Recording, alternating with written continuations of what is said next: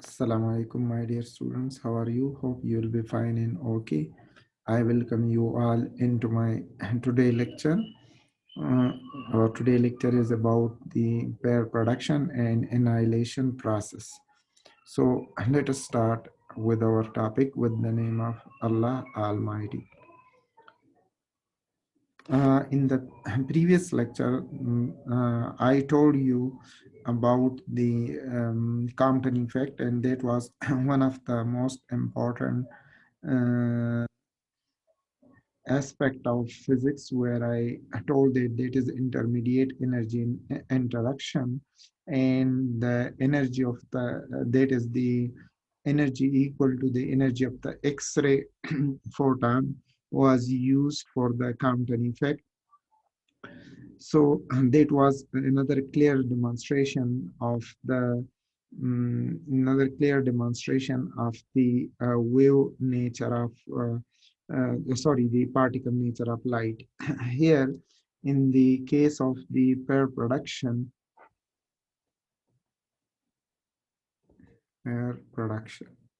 Here, in the case of the pair production, this is what I will tell you, that this is the pair production is in fact the high energy interaction. It is the high energy interaction interaction and this high energy interaction can occur only can occur only can occur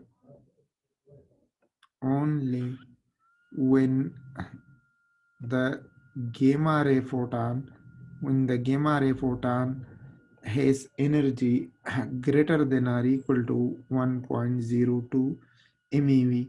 So this is why I told that it is a higher energy interaction, where for the Compton scattering the energy was far less than the 1.02 MeV.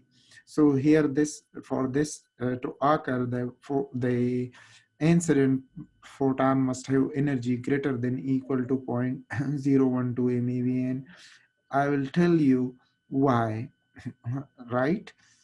Uh, Here the pair production, that is a photon can simply in a pair production a photon can simply vanish, and in its place a matter entire matter pair of particles can appear. This phenomena is a wonderful illustration of the fact that mass is not conserved, since the mass of the electron and positron can be created from the energy of photon. Long story short, I want to simply tell you that pair production is one of the direct process, direct process in which in which mass or matter is transformed matter is transformed into energy into energy. So that is the pair production is a process of the transformation of mass into energy in according to the Einstein famous mass energy relation. That is the Einstein famous mass energy relation. Of course, that is also true. E equal to mc square. So here energy changes into mass. Okay, E by c square, like that. So that is uh, the process where we can see the conversion of energy directly into matter, or we can say that the pair production refer to the this process refers to the creation of the creation of elementary particle of an elementary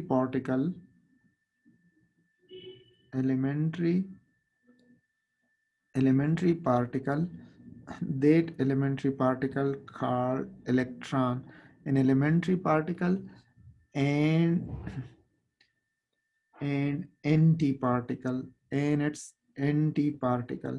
We call that antiparticle as positron, right? Sometime I call this as the sister, as the sister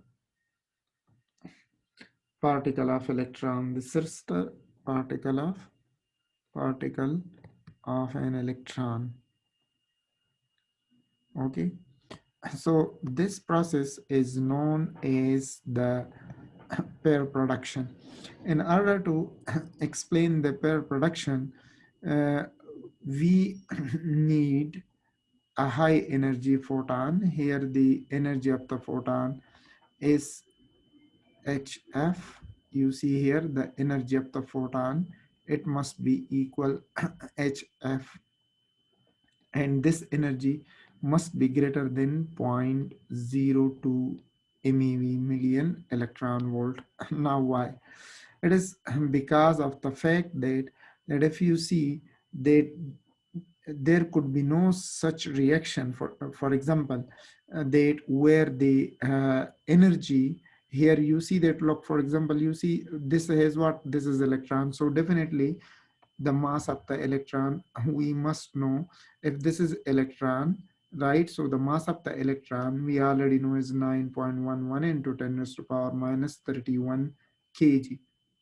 Clear? So this is the mass of the electron, and here in this case, as you see, look, this is the, sorry, that is positron.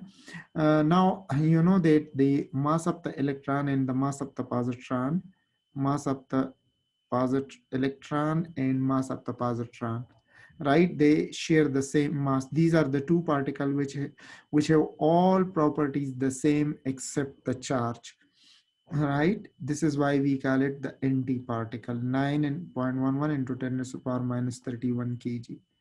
Now and another important point is that as this particle moves, then this particle has indeed, when it is created, then this particle, electron, it has momentum and energy, right? Or it has some kinetic energy also. So I will label it that the kinetic energy of this particle is its kinetic energy of the positron, that will be a half mv square, like that, mv square. Similarly, we have the kinetic, the momentum of the electron also, and we have its we have its kinetic energy also, kinetic energy of uh, the kinetic energy of the electron.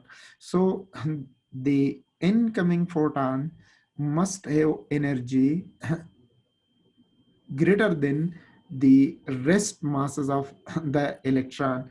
Now, what I would like to write here, that in order to create the uh, to create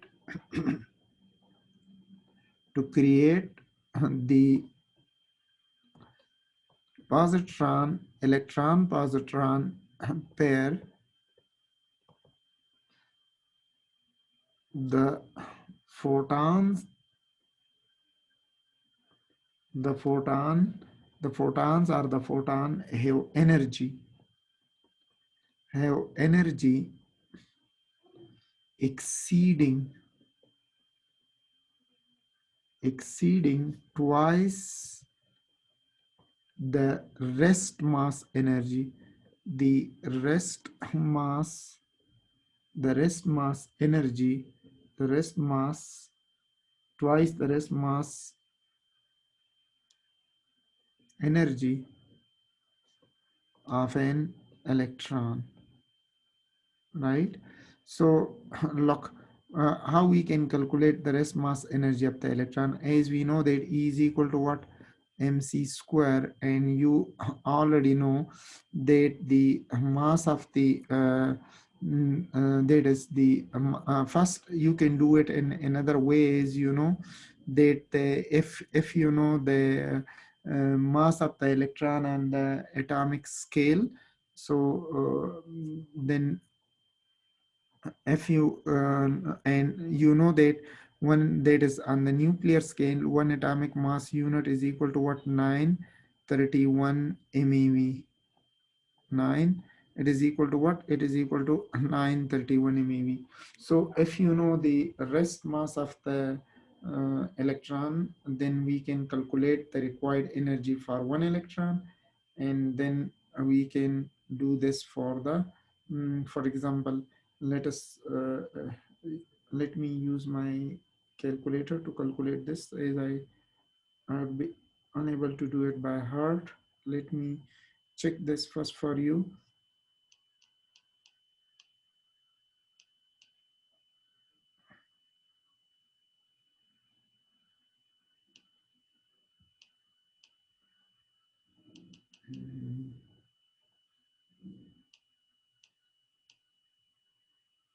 Mm, this is equal to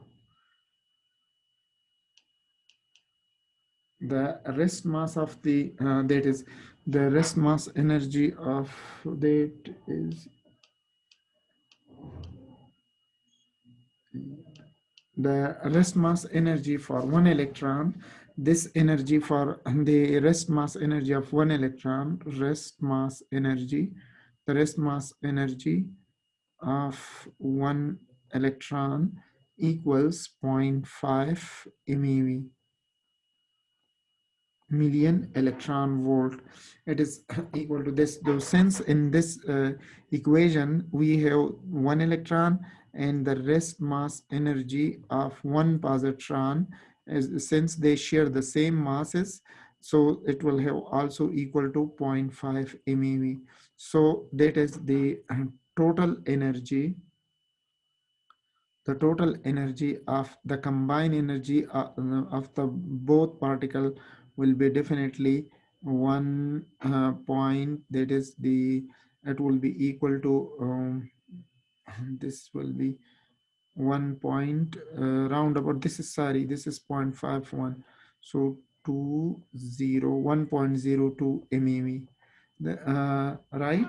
So this is the rest mass of the electron. Now, even if you don't remember this thing by heart, this is very easy. I would like to tell you, for example, if you know the equivalent of the electron in the, then what you will do, let me tell you the mass of one electron: 9.11 exponential minus 31 into 9 exponential 16, so divided by 1.6 exponential minus 90. That comes out to be like, this comes out to be this comes out to be 0.51 MeV.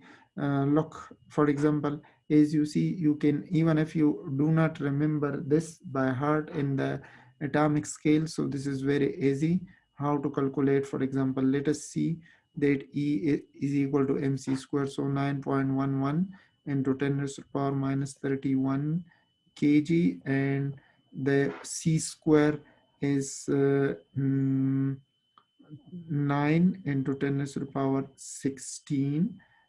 It will comes out to be like this. This is meter square per second square, and this will came out to be this will came out to be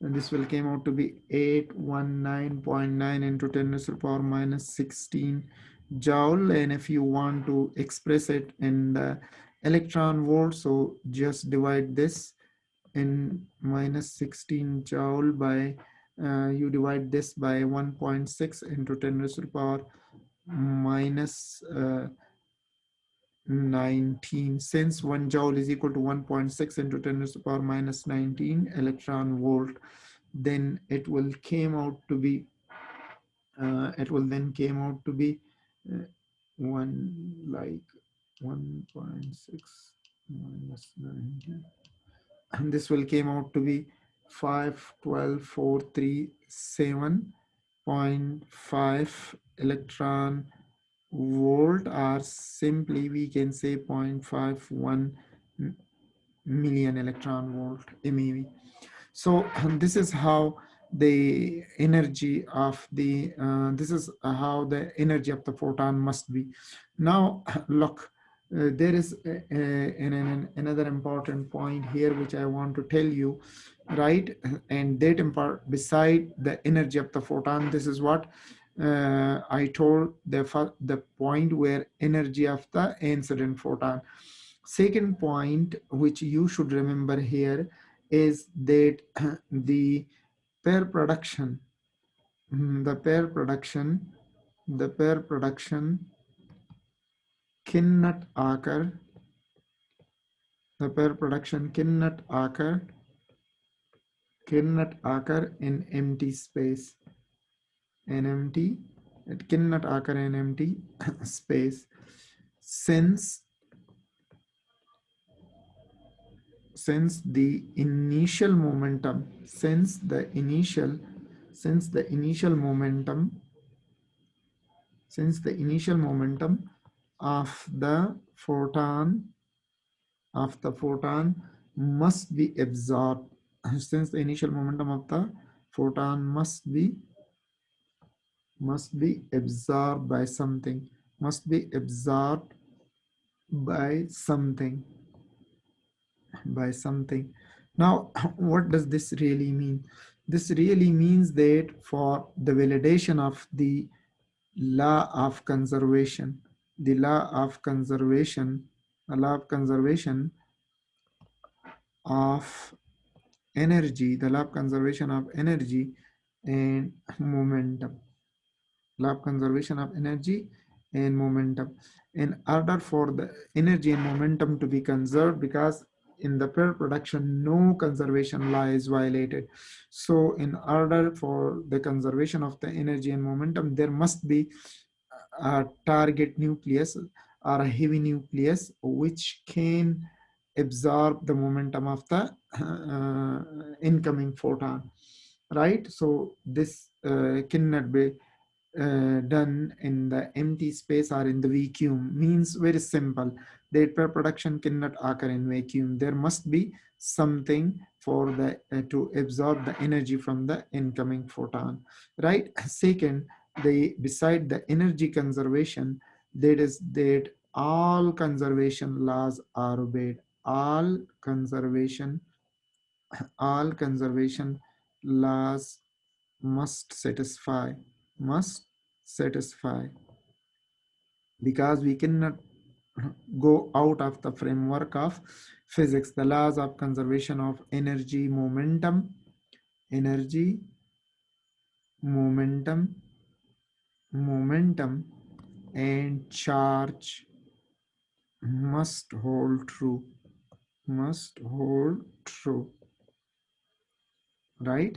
Now let us see here, which I want to explain it to you. Now look, in this case, as you see here, that as I told, in this scenario or in this situation, look, for example, here I want to demonstrate to you this. Let us see, this is the y-axis and this is the positive x-axis, and here we have the target nucleus, and here we have the photon, and let's say the photon has energy, as I told, the energy of the photon equals h into f, and this energy will be greater than or equal to 1.02 MeV. Then when as it strikes the heminucleus or as it passes on the heminucleus, then the photons disappear into two particles, that is the electron and the positron. So here you see, look, as I already told to you in the beginning, that photons are what? That photons are, photon is, photon is a chargeless and massless particle, and massless particle. So here you see the conservation of the charge and momentum. Now the momentum of the photon, which is h lambda by lambda. So here you see that the energy of that is the photon, the incoming photon completely lost its energy to the nucleus and totally disappear into two particle, the electron positron pair. So you see that, look, what is the charge on the charge on the charge on the positron is equal to the charge on the electron, and the charge on the electron here is equal to that of the minus electron. So what is the net charge here? The net charge after when the photon strikes the nucleus. So here this net charge equals what? It is equal to 0.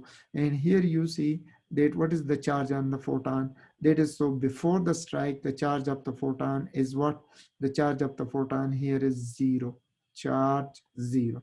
So the net charge is 0. Second, that is, the entire particle must have the same, as it has the opposite charge as that of the electron, since to conserve the charge, and it must have the same mass. This must have what? Must have the same, rather I should write it there, since this is electron. So this in entire particle must have what? Must have the same mass, the same mass and velocity or kinetic energy as that of what? As that of the electron, to conserve what? To conserve momentum.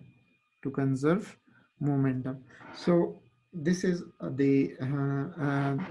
so this is why positron have the same mass and have the same charge, but what so sorry, they have the same charge, as the same charge, the same in magnitude, because of course charge the same, but they have opposite charges on them. Electron have a negative charge on them, while its sister particle positron have positive charge on them, right? And they have the same mass to conserve momentum and energy. So this is why you just see the completely travel opposite to each other at 180 degree to conserve energy and momentum. Why? Right?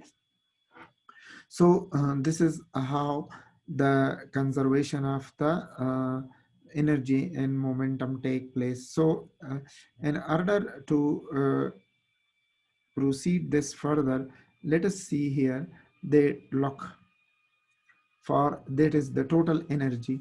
The energy of the photon, the energy of the photon, the pair production equation I want to develop, the energy of the photon must be equal to, that is the energy needed for what? The energy needed for the pair production, for the pair production, for this reaction to occur, plus you need the kinetic energy of what? The kinetic energy of the positron plus the kinetic energy of the electron, because after once they are created, then they travel with in completely in the opposite direction from each other, right?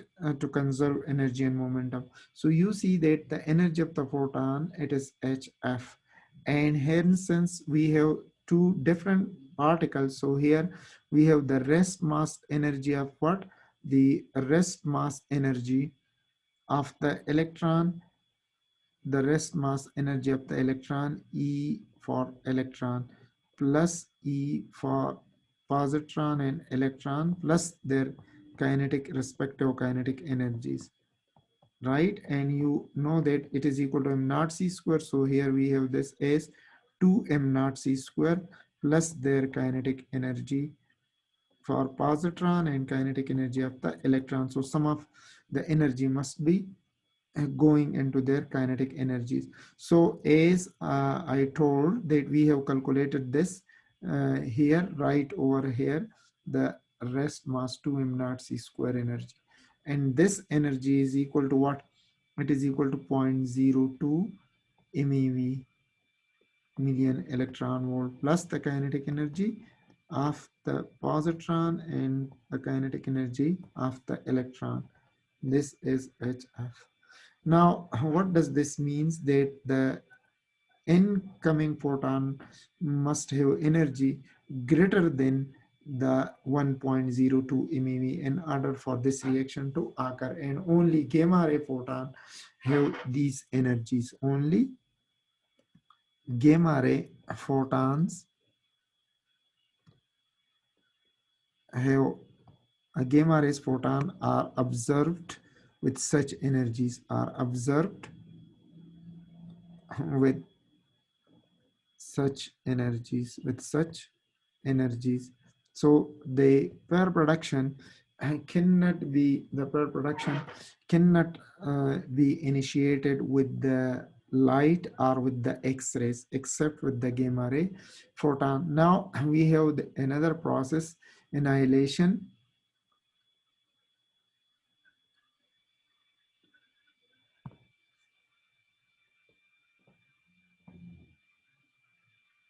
Annihilation process. This is what? This is just the reverse of what? It is the reverse of what? This process is this process is the reverse of pair production. The reverse of the pair production. It is the reverse of what? It is the reverse of pair production. What I would like to tell you, that it is such a process that in which that is it is the transformation of what? The transformation of energy into matter. Energy into matter according to Einstein famous mass energy equation, E is equal to mc square. It is the oh sorry, I'm very sorry. uh, yes, it is true. It is the transformation of what? Matter into energy according to the Einstein famous mass energy equation, E is equal to mc square. So here that is when electron and positron combines together, then they disappear into gamma ray photon, two gamma ray photons, right? This is how the annihilation process is. So here the matter is converted into what? The matter is converted into energy. This is the reverse process. Okay, this is what? This is the antiparticle,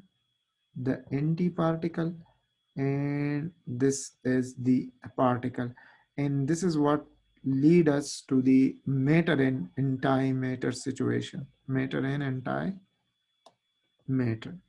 right? This is what one of the reason that matter and antimatter never coexist. Once a matter and its antimatter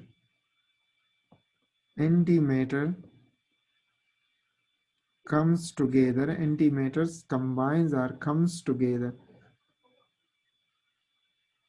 they disappear into energy. They disappear into energy. They last into what? Into energy, right? With a big bang.